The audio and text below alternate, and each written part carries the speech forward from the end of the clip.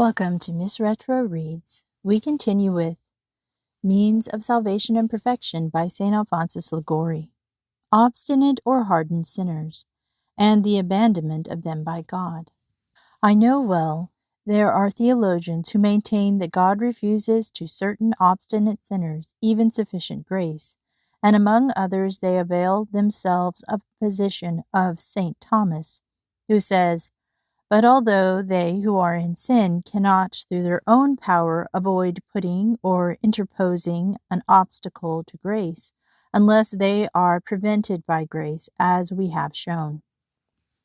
Nevertheless, this also is imputed to them as a sin, because this defect is left in them from previous sin. As a drunken man is not excused from murder committed in the drunkenness which was incurred by his own fault.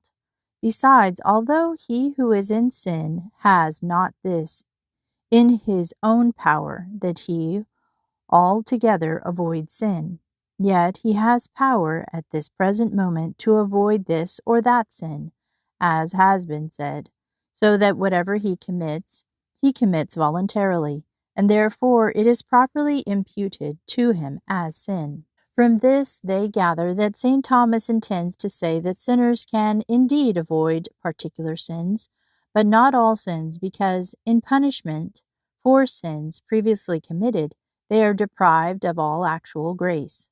But we answer that here St. Thomas is not speaking of actual, but of habitual or sanctifying grace, without which the sinner cannot keep himself long from falling into new sins, as he teaches in several places, and that he means the same in the passage just quoted is clear from the context.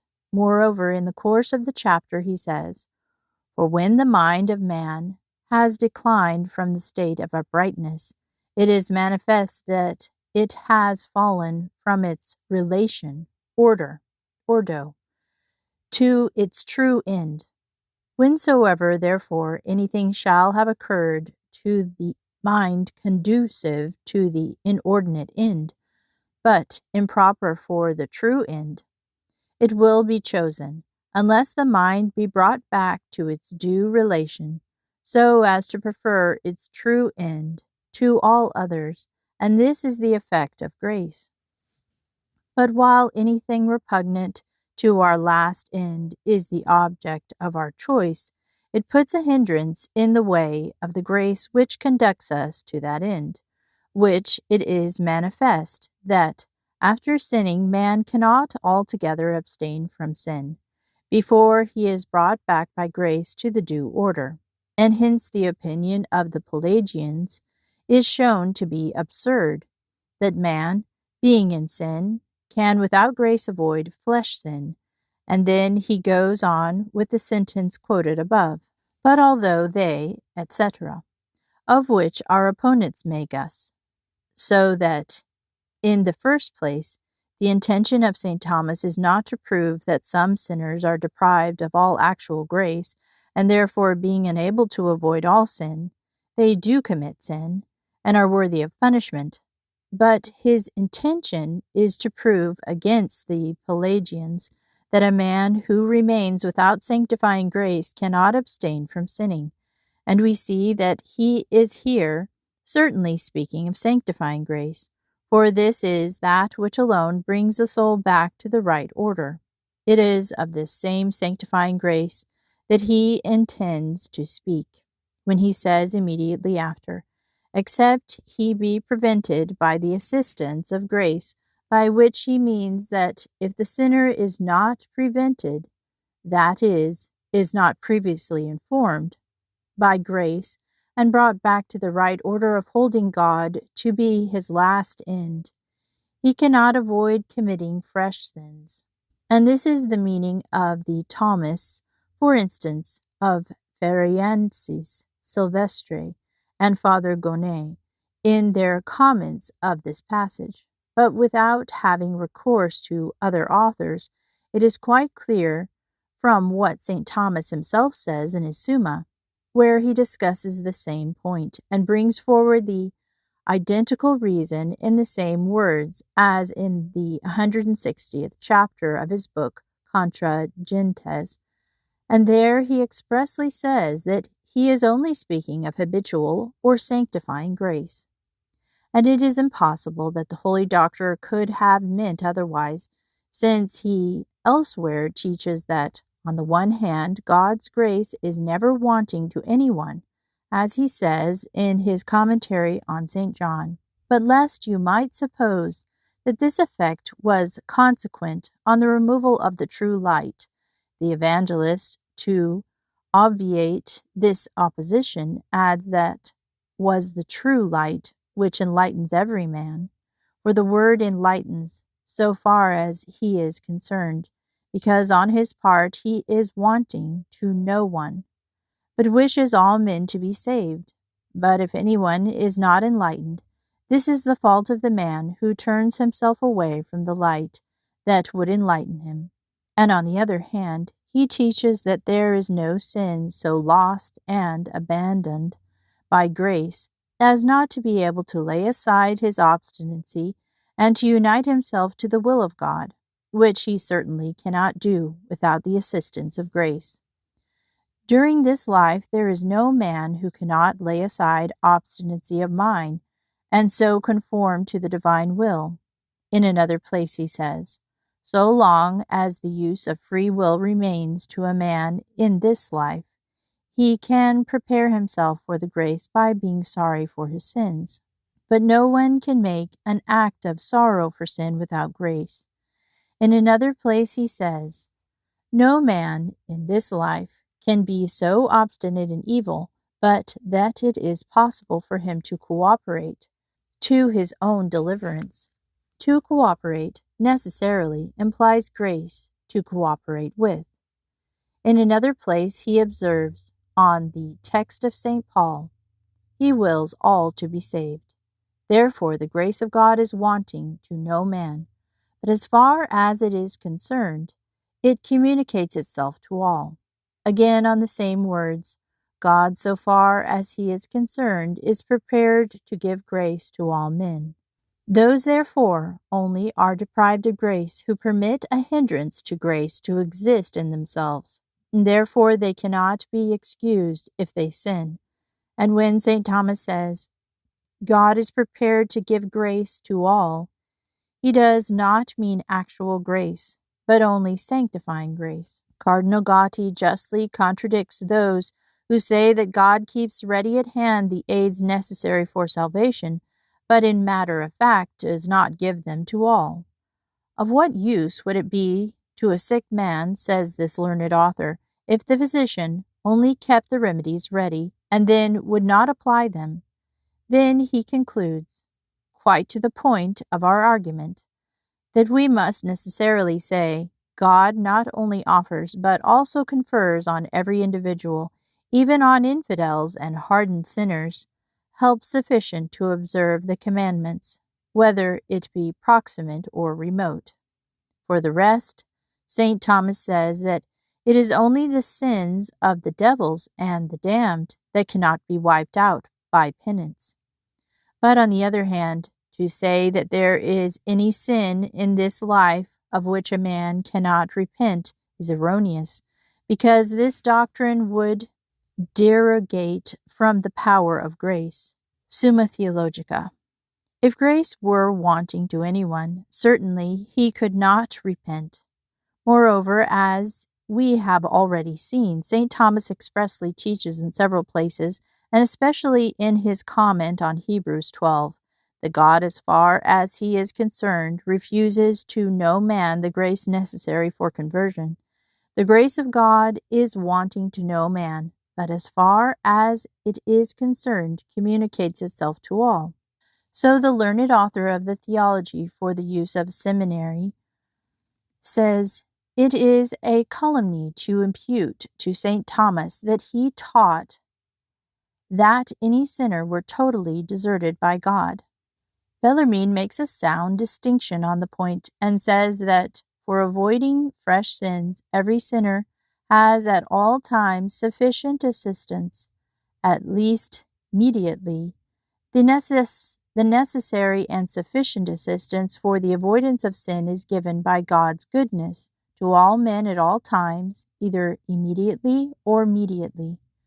We say, or immediately, because it is certain that some men have not that help by which they can immediately avoid sin, but yet have the help which enables them to obtain from God greater safeguards, by the assistance of which they will avoid sins. But for the grace of conversion, he says that this is not given at all times to the sinner, but that no one will be ever so far left to himself as to be surely and absolutely deprived of God's help through all his life, so as to have cause to despair of salvation. And so says the theologians who follow St. Thomas, thus Soto, I am absolutely certain, and I believe that all the holy doctors who are worthy of the name were always most positive, that no one was ever deserted by God in this mortal life. And the reason is evident, for if the sinner was quite abandoned by grace, either his sins afterwards committed could no longer be imputed to him, or he would be under an obligation to do that which he had no power to fulfill. But it is a positive rule of St. Augustine that there is never a sin in that which cannot be avoided. No one sins in that which can by no means be avoided, and this is agreeable to the teaching of the Apostle.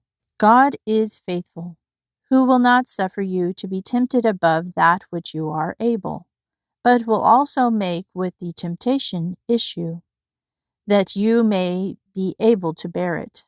1 Corinthians 10:13. The word issue means the divine assistance which God always gives to the tempted to enable them to resist.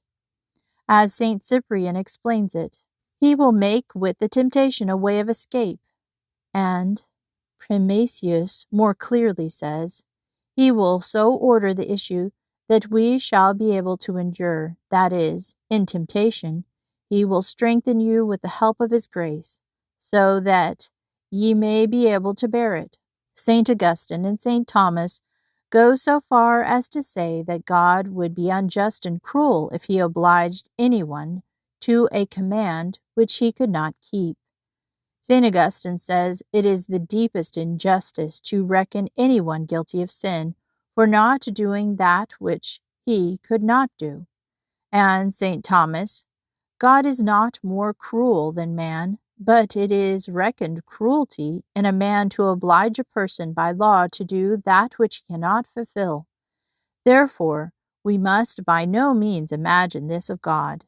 It is, however, different, he says, when it is through his own neglect that he has not the grace to be able to keep the commandments, which properly means when man neglects to avail himself of the remote grace of prayer in order to obtain the proximate grace to enable him to keep the law. As the Council of Trent teaches, God does not command impossibilities, but by commanding admonishes you to do what you can, and to ask for that which is beyond your power, and by his help enables you to do it. St. Augustine repeats his decisions in many other places that there is no sin in what cannot be avoided. In one he says, whether there be iniquity or whether there be justice, if it was not in the man's power, there can be no just reward, no just punishment. Elsewhere he says, finally, if no power is given them to abstain from their works, we cannot hold that they sin again. The devil indeed suggests, but with the help of God, it is in our power to choose or to refuse his suggestions. And so, when by God's help it is in your power, why do you not rather determine to obey God than him? Again, no one therefore is answerable for what he has not received. Again, no one is worthy of blame for not doing that which he cannot do. Other fathers have taught the same doctrine. So St. Jerome, we are not forced by necessity to be either virtuous or vicious. For where there is necessity, there is neither condemnation nor crown. Tertullian, for a law would not be given to him who had it not in his power to observe it duly.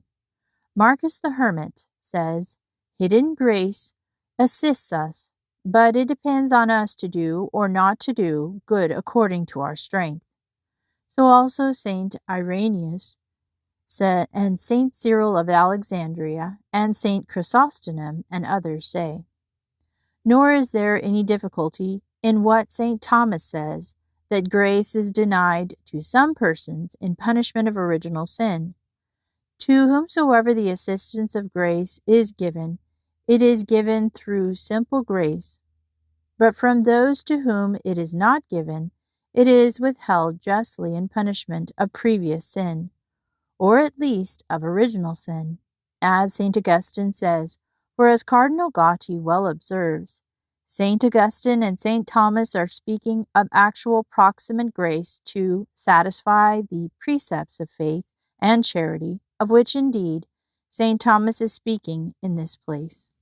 But for all this they do not intend to deny that God gives every man interior grace, by means of which he may at any rate obtain by prayer the grace of faith and of salvation, since, as we have already seen, these holy doctors do not doubt that God grants to every man at least remote grace to satisfy the precepts.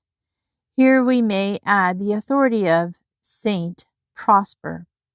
He says, all men enjoy some measure of heavenly teaching, and though the measure of grace be small, it is sufficient to be a remedy for some and to be a testimony for all. Nor could it be understood otherwise. For if it were true that any had sinned for want of even remote sufficient grace, withheld through original sin, being imputed to them as a fault, it would follow that the liberty of will, which by a figure of speech we are said to have had in sin of Adam, would be sufficient to make us actual sinners. But this cannot be said, as it is expressly condemned in the first proposition of Michael Baius, who said, that liberty which caused sin to be voluntary and free in its cause, namely, in original sin, and in the liberty of Adam, when sinning, is sufficient to cause formal sin in us, and to make us deserve punishment. Against this proposition, we may make use of what Bellarmine said, that to commit a personal sin distinct from the sin of Adam, a new exertion of free will is requisite, and a free will distinct from that of Adam. Otherwise, there is no distinct sin, according to the doctrine of St. Thomas, who teaches, for a personal sin, absolute personal liberty is requisite. Further, with respect to the baptized, the Council of Trent has declared that in them there remains nothing to condemn. God hates nothing in the regenerate, for there is no condemnation to them who are truly buried with Christ by baptism unto death.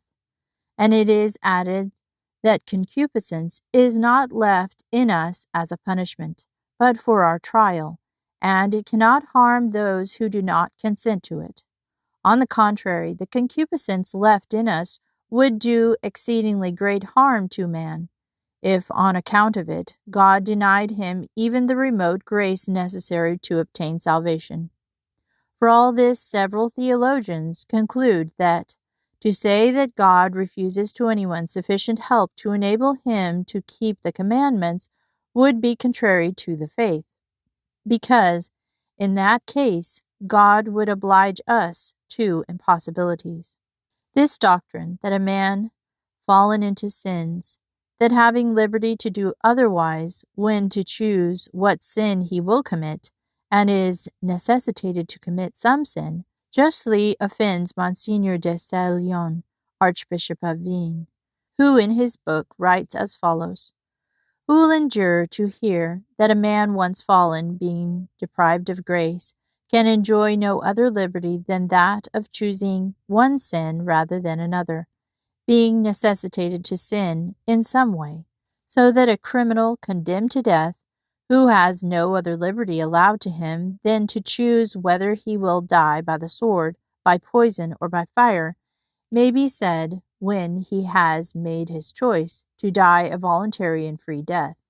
And how can sin be imputed to a man who might sin in some way or another? The 67th of the condemned propositions of Bayus is as follows. Man sins damnably even in that which he does through necessity. How can there be liberty where there is necessity to sin? Jansenius answers that the liberty of will, which by a figure of speech we are said to have had in Adam's sin, is sufficient to make us sinners. But this too was condemned in Bayus' first proposition, that liberty, etc., as we have seen above. In the Holy Scriptures, God is often said to do what he only permits, so that if we would not blaspheme with Calvin and say that God positively destines and determines some persons to sin, we must say that God permits some sinners, in penalty of their faults, to be on the one hand assailed by vehement temptations, which is the evil from which we pray God to deliver us when we say, "Lead us not into temptation," and on the other hand that they remain morally abandoned in their sin, so that their conversion and the resistance they should make to temptation, although neither impossible nor desperate, is yet through their faults and their bad habits very difficult, since in their laxity of life they have only very rare and weak desires and motions to resist their bad habit, and to regain the way of salvation. And this the imperfect obstinacy of the hardened sinner, which St. Thomas describes. He is hardened who cannot easily cooperate in his escape from sin, and this is imperfect obstinacy, because a man may be obstinate in this life if he has so fixed upon sin that no motions towards arise, except very weak ones. On the one side, the mind is obscured, the will is hardened against God's inspirations, and attached to pleasures of sense, so as to despise and feel disgust for spiritual blessings. The sensual passions and the appetites reign in the soul through the bad habits that have been acquired.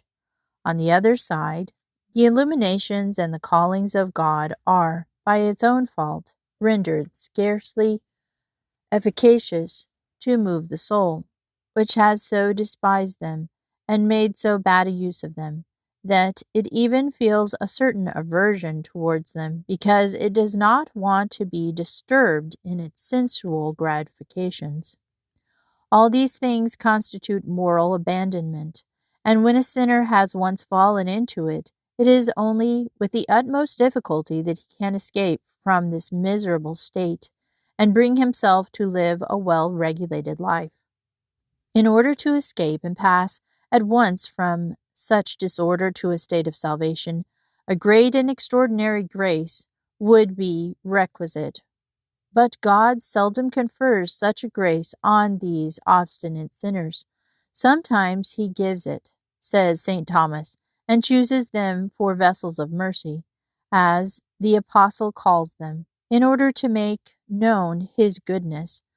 But to the rest he justly refuses it, and leaves them in their unhappy state, in order to show forth his justice and power. Sometimes, says the angel of the schools, out of abundance of his goodness, he prevents with his assistance even those who put a hindrance in the way of his grace, and converts them.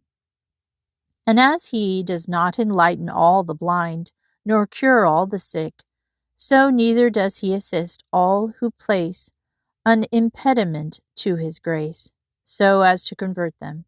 And this is what the apostle means when he says that God, to show forth his anger and to make his power known, endured with much patience vessels of wrath, fitted for destruction, that he might show the riches of his glory upon the vessels of mercy, which he hath prepared unto glory Romans 9:22 and 23. Then he adds, but since out of the number of those who are involved in the same sins, there are some whom God gives the grace of conversion, whether others he only endures or allows to go on in the course of things, we are not to inquire the reason why he converts some and not others. For the apostle says, has not the potter power over the clay to make of the same mass one vessel to honor and another to dishonor? We do not then deny, to bring this point to a conclusion, that there is such a thing as the moral abandonment of some obstinate sinners, so that their conversion is morally impossible, that is to say, very difficult.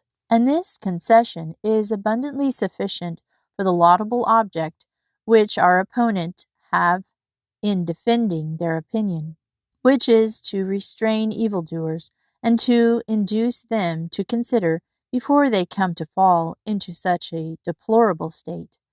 But then it is cruelty, as Petrocorensis well says, to take from them all hope, and entirely to shut against them the way of salvation, by the doctrine that they have fallen into so complete an abandonment as to be deprived of all actual grace, to enable them to avoid fresh sins, and to be converted, at any rate, immediately by means of prayer, which is not refused to any man while he lives, whereby they can afterwards obtain abundant help for placing themselves in a state of salvation, since the fear of total abandonment would not only lead them to despair, but also to give themselves more completely to their vices, in the belief that they are altogether destitute of grace, so that they have no hope left of escaping eternal damnation.